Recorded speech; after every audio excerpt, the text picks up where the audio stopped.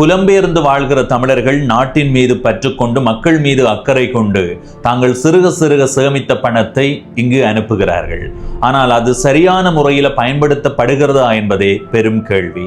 இந்த காணொளியை பார்க்கிற உங்களுக்கு ஒரு நல்ல தொழில் முயற்சியை அறிமுகப்படுத்த போறேன்.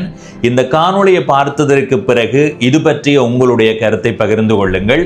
இந்த காணொளியை பார்க்கறதுல இருந்து ஒருவர் இந்த முயற்சியை முன்னெடுப்பாராக இருந்தால் அது உண்மையிலேயே வரவேற்கப்பட வேண்டியது. எதிர்காலத்தில் அது நடக்குதா இல்லையான்றதை பொறுத்திருந்து பார்க்கலாம். என்னன்றதை தெளிவாக உங்களோடு பகிர்ந்து கொள்கிறேன். முழுமையாக பார்த்து உங்கள் கருத்துக்களை பகிர்ந்து கொள்ளுங்கள். இதுவரை பவனீசன் குரல் என்ற இந்த யூடியூப் சேனலை சப்ஸ்கிரைப் செய்யாதவர்கள் சப்ஸ்கிரைப் செய்து பக்கத்தில் இருக்கிற மணிபத்தன் பெல் ஐக்கானை அழுத்தி இணைந்திருங்கள். அப்பதான் நான் போடுற ஒவ்வொரு காணொளியும் உங்களை வந்து சேரும்.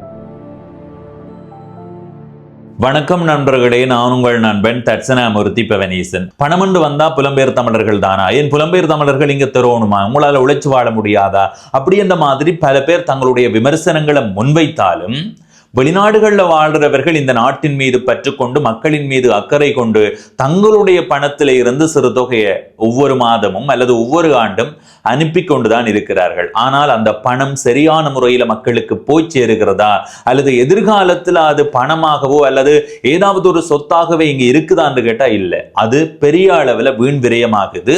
எனவே அப்படியான பண உதவிகளை செய்பவர்களுடைய எண்ணத்துல ஒரு தூண்டுதலை ஏற்படுத்தும் வகையில தான் இந்த காணொளி பதிவு செய்யப்படுது. இப்ப எங்களுடைய நாட்டுல வாழ்றவர்களும் நிறைய உதவிகள் செய்கிறார்கள். நான் கூட என்னால முடிந்த அளவுக்கான உதவியை ஒவ்வொரு மாதமும் செய்து கொண்டுதான் இருக்கிறேன். அதே மாதிரி இந்த நாட்டுல வாழ்றவர்கள் பெரிதாக நிறைய செய்து கொண்டிருக்கிறார்கள். தங்களால் இயன்ற 100, 10, 1000, 1,00,000 கொடுத்து கொண்டிருக்கிறவர்களும் இருக்கிறார்கள். புலம்பெயர்ந்து வாழ்கிற மக்களினுடைய பெயரை நாங்க பயன்படுத்துறதுக்கு காரணம் என்னென்றா, இப்ப நான் ஒரு உதவியை செய்ய போறேன்டா, நான் இந்த சூழல்ல இருக்கிறேன், இங்க வாழ்றேன், எனக்கு யாருக்கு கொடுக்கணும் எவருக்கு கொடுக்கணும்ன்றது தெரியும். அப்படி இருந்தும் கூட சில வேளைகள்ல எங்களையே ஏமாற்றுகிற சம்பவங்கள் கூட பல இடங்கள்ல நடக்குது. எனவே இங்கே இருக்கிறவர்களுக்கு அப்படியான விழிப்புணர்வுகள் தேவையில்லை. ஆனா வெளிநாடுகள்ல வாழ்றவர்களுக்கு அந்த மாதிரியான விழிப்புணர்வுகள் தேவை. ஏனென்றா அவர்களுக்கு நாட்டின் மீது பற்றும் மக்களின் மீது அக்கறை இருக்கின்றதால கொடுக்கிறார்கள். அது சரியான முறையில் பயன்படுத்தப்படுதான்றதை ஒரு பெரிய கேள்விக்குறி. எனவே இன்றைய நாள்ல இந்த காணொளியில நான் சில நாட்களாக ஆய்வு செய்தது,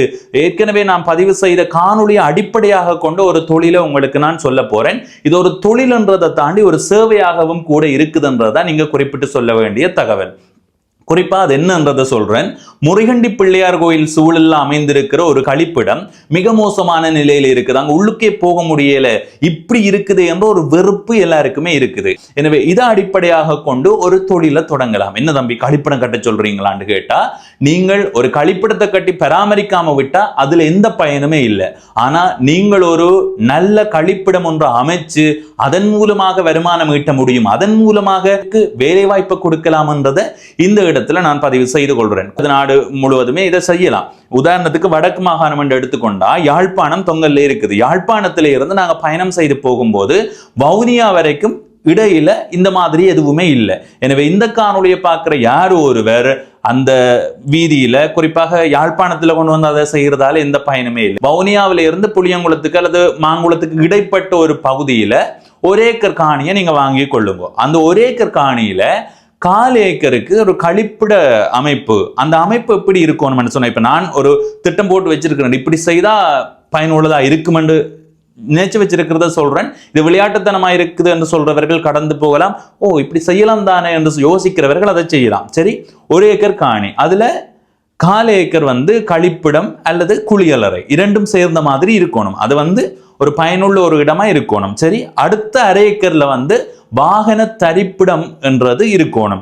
அடுத்த 1/4 ஏக்கர்ல என்ன இருக்கணும்டா உணவகம் மற்றும் ஓய்வு பகுதி. கழிப்பிடம் பின்னுக்கா இருக்கணும், உணவு பகுதி என்றது முன்னுக்கு. போன உடனேயே வாகன தரிப்பிடம் இடையில இருக்கணும், இந்த உணவு சார்ந்தது வீதி ஓரத்திலே இருக்கணும். வாகனத்தை உள்ளுக்கு கொண்டேதான் விட வேண்டிய ஒரு சூழல். அதை தாண்டி தான் கழிப்பிடம் இருக்கின்ற அளவு உணவகத்துக்கும் கழிப்பிடத்துக்கும் இடையிலான தூரத்தை அதிகப்படுத்தி கொள்ளணும். சரி, இப்படி வச்சுக்கொள்ளுவோம். நீங்க இந்த தூர பயணங்கள் போகும்போது என்ன யோசிப்பீங்க? யாரென்றாலும் இப்ப அதை பயன்படுத்துவார்களா என்ற கேள்வி உங்களுக்குள்ளே இருக்கலாம். இல்ல, நீங்கள் ஒரு பயணம் போகும்போது சரியான ஒரு சுத்தமான நிலையில ஒரு சிறுநீர் கழிக்கிற இடமோ அல்லது ஏதோ ஒரு கழிப்பிடம் அல்லது குளியலறை இருக்குதுண்டா நீங்க அதுக்கு பணம் கொடுத்து கூட போறதுக்கு தயாரா இருப்பீங்க. எனவே நீங்க அப்படி ஒரு சுத்தமான இடத்துக்கு போனா 50 ரூபாய் கட்டணம் கொடுக்க வேண்டிய சூழ்நிலை இருந்தா கொடுப்பீங்களா, கொடுக்க மாட்டீங்களா? உள்ளுக்கு போய் என்னடா இது 50 ரூபாய் கேட்கறாங்கன்னு இங்க எல்லாம் சொல்லுவீங்க. 50 ரூபாய் கேட்கறாங்கன்னு உள்ளுக்கு போனா அது மோசமா இருந்தா இதுக்கே 50 ரூபாய் வாங்குறாங்கன்னு ஒரு வெறுப்பு வரும். ஆனா அதுவே ஒரு சுத்தமான நிலையில இருந்தா 50 ரூபாவா இந்தாங்க தம்பி இன்னொரு 50 ரூபாவை கூட பிடிங்க கொண்டு கொடுக்குற அளவுக்கான மனநிலைன்றது உங்களுக்கு வெறுமேனண்டா.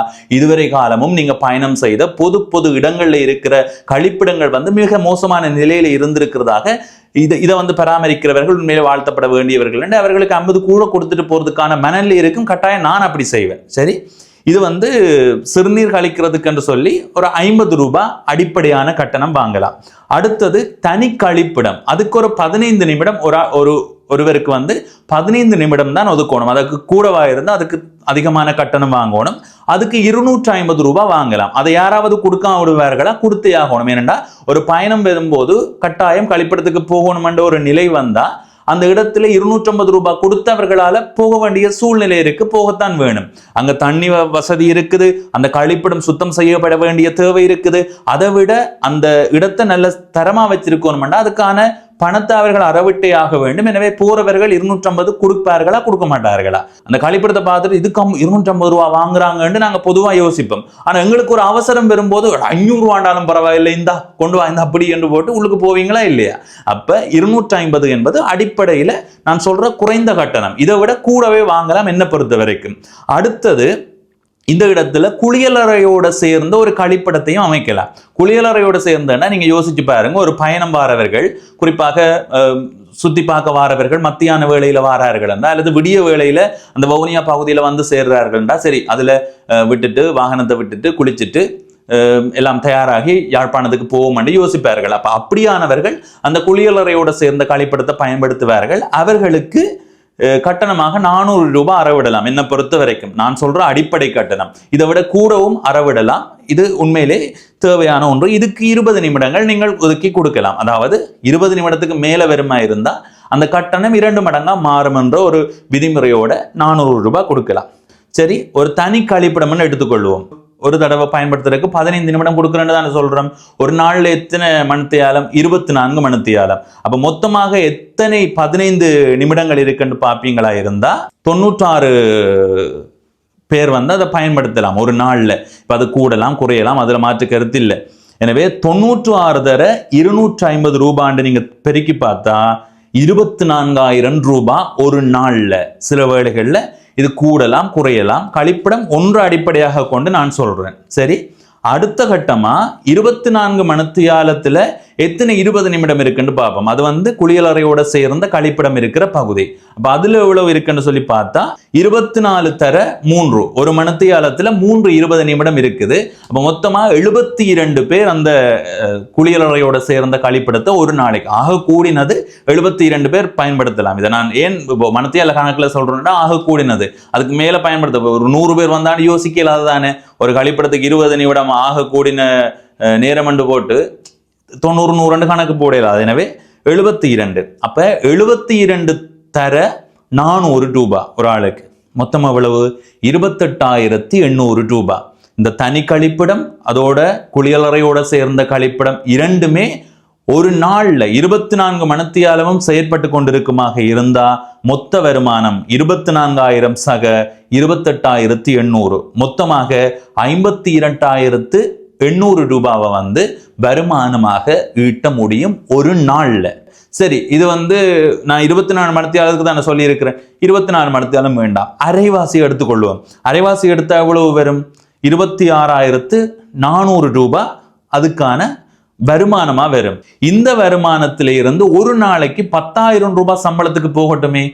இது வந்து இந்த இரண்டையும் அடிப்படையாக கொண்டு சொல்றேன். உள்ளுக்கு வாகனம் கொண்டு வாரதுன்னா அதுக்கு வாகன கட்டணம், வாகன தரிப்பிட கட்டணம் வாங்கலாம். அடுத்தது முன்னுக்கு ஒரு உணவகம் போடலாம் என்று சொன்னான் தானே. அந்த உணவகத்துல பெருசு பெருசா எல்லாம் உணவகம் தொடக்கத்துல போடணும் மட்டும் இல்லை, அடிப்படையில தேநீர் அங்க கொடுக்கலாம்.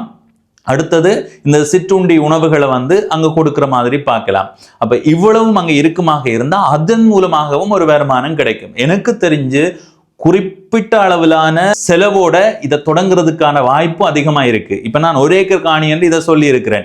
இதை செய்து பார்ப்போம் என்று யோசிக்கிறவர்கள் ஒரு 2 வரப்பு காணியோடைய செய்து பார்க்கலாம். அதுக்கு வாகன தரிப்பிடத்தை ஒரு அளவா ஒதுக்கி போட்டு உணவகத்தை கொஞ்சம் தூரமா போட்டுட்டு பின்பக்கத்துல ஒரு கழிப்பிடம் மாதிரி இருந்தா, ஆனா அந்த கழிப்பிடம் உங்களுடைய வீட்டுல எவ்வளவு சுத்தமாக இருக்குதோ, எவ்வளவு மினுமினுப்பா இருக்குதோ அப்படி இருக்கணும். அப்படி இருந்தா தான் அது நீடிக்கும். நீங்க ஒரு நாளைக்கு 10,000 ரூபாய் சம்பளத்துக்கு ஒதுக்குறீங்களா, கட்டாயம் அதை செய்ய முடியும். ஒரு நாளைக்கு 3 வகையான நேரம், 8 மணித்தியாலம் ஒருவர் வேலை, அடுத்த 8 மணித்தியாலம் ஒருவர் வேலை, அடுத்த 8 மணித்தியாலம் ஒருவர் வேலை என்று ஒரு நாளைக்கு 3 சுழற்சியான வேலை 3000 சம்பளத்தை கொடுத்து, அதை விட கொஞ்சம் கூட கொடுத்து நீங்க அவர்களை பணிக்கமர்த்தி வைப்பீர்களாக இருந்தா கட்டாயம் அந்த இடத்துல மிகப்பெரிய அளவான வரவேற்பு இருக்குது. கட்டாயம் அது பயனுள்ளதாக இருக்கும்.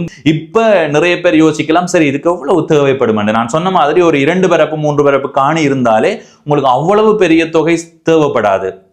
அதுல நீங்க வேலை வாய்ப்பு கொடுக்குறீங்க. உங்களுடைய உறவு ஒரு ஆள் எனக்கு இதை வேண்டித்தாங்கன்னு சொல்றாருன்னு சொன்னா நீங்க ஒரு முயற்சியா இதை செய்து பார்ப்போம்னு அவருக்கு இப்படி செய்யன்னு சொல்லி கொடுக்கலாம். சரி, அப்படி இல்லை, இது வெற்றி அடையுமோ தெரியாதுன்னு யோசித்தா இந்த உதவி திட்டம் செய்யணும்னு யோசிப்பீங்களா நிறைய பேர். ஒரு 10 பேர் சேர்ந்து இப்படி உதவி செய்வோம், ஒரு 20 பேர் சேர்ந்து இப்படி செய்வோம்னு யோசிப்பீங்களா.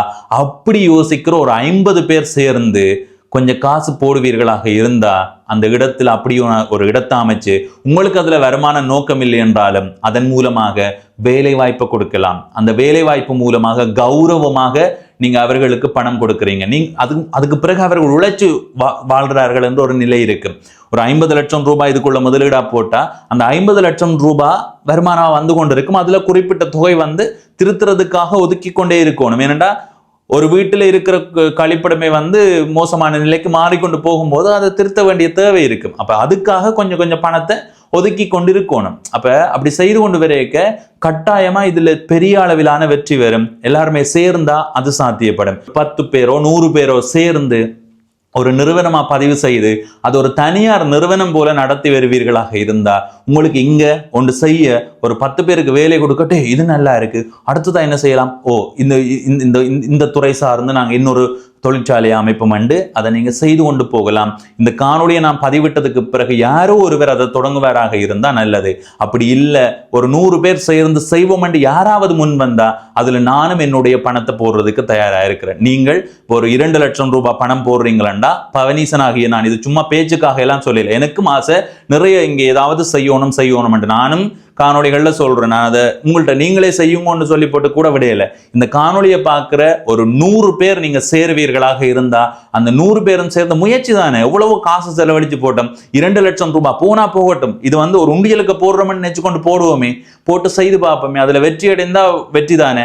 கட்டாயம் அதை வெற்றி அடைய அந்த பகுதியில காணி வச்சிருக்கிறவர்கள் கூட இதை யோசிச்சு பாருங்க. அப்படி இல்லை சேர்ந்துதான் செய்யணும்டா சத்தியமா சொல்றேன், நான் நேசிக்கிற என்னுடைய இறை மேல சத்தியமிட்டு சொல்றேன், சேர்ந்து செய்யறதுக்கு தயாராண்டா நான் என்னால முடிந்த இப்போ ஒரு கதைக்கு 50,000 ரூபாய் எல்லாரும் போடுவோம் யோசிக்கிறீங்கன்னா 50,000 போடுறேன். ஆக கூடினது என்னால ஒரு 2 லட்சம் ரூபாய் போட முடியும். அதை தாண்டி எனக்கு சொல்ல தெரியல. ஆக கூடினது என்னால ஒரு 2 லட்சம் ரூபாய் அதுல போட்டு ஒன்றை தொடங்க முடியும். அந்த 2 லட்சத்தை நான் போடும்போது முயற்சி செய்து பார்ப்போம். எவ்வளவோ கொடுத்துட்டோம், எவ்வளவோ சாப்பிட்றோம், எவ்வளவோ வீண் செலவுகள் செய்யறோம். இதுல ஒரு முயற்சி, இதுல ஒரு 10 பேருக்கோ 5 பேருக்கோ வேலை கிடைக்க போதுன்ற ஒரு எண்ணத்தோட அங்க நான் போடுறதுக்கு தயாரா இருக்கிறேன். இந்த காணொலியை பார்க்கிற நீங்கள் இது பற்றிய உங்களுடைய கருத்தை பகிர்ந்து கொள்ளுங்கள். என்னுடைய மனதில் ஆழமாக பதிந்ததை நான் உங்களுக்கு சொல்லி இருக்கிறேன். இன்னைக்கு நீங்க செய்யல, யாராவது முன் தனிப்பட்ட நபரை யாரும் செய்யலையோ அல்லது யாரும் சேர்ந்து செய்யலையோண்டா எதிர்காலத்துல கட்டாயமா நான் இதை செய்வேன், என்னுடைய பணத்துல செய்வேன். நான் எப்ப செய்வேன்னு தெரியாது, பயனுள்ளதா இல்லையான்றதை உங்களுடைய கருத்தாக பதிவு செய்யுங்கள். இன்னொரு காணொலியிலே உங்களை சந்திக்கிறேன். நன்றி, வணக்கம்.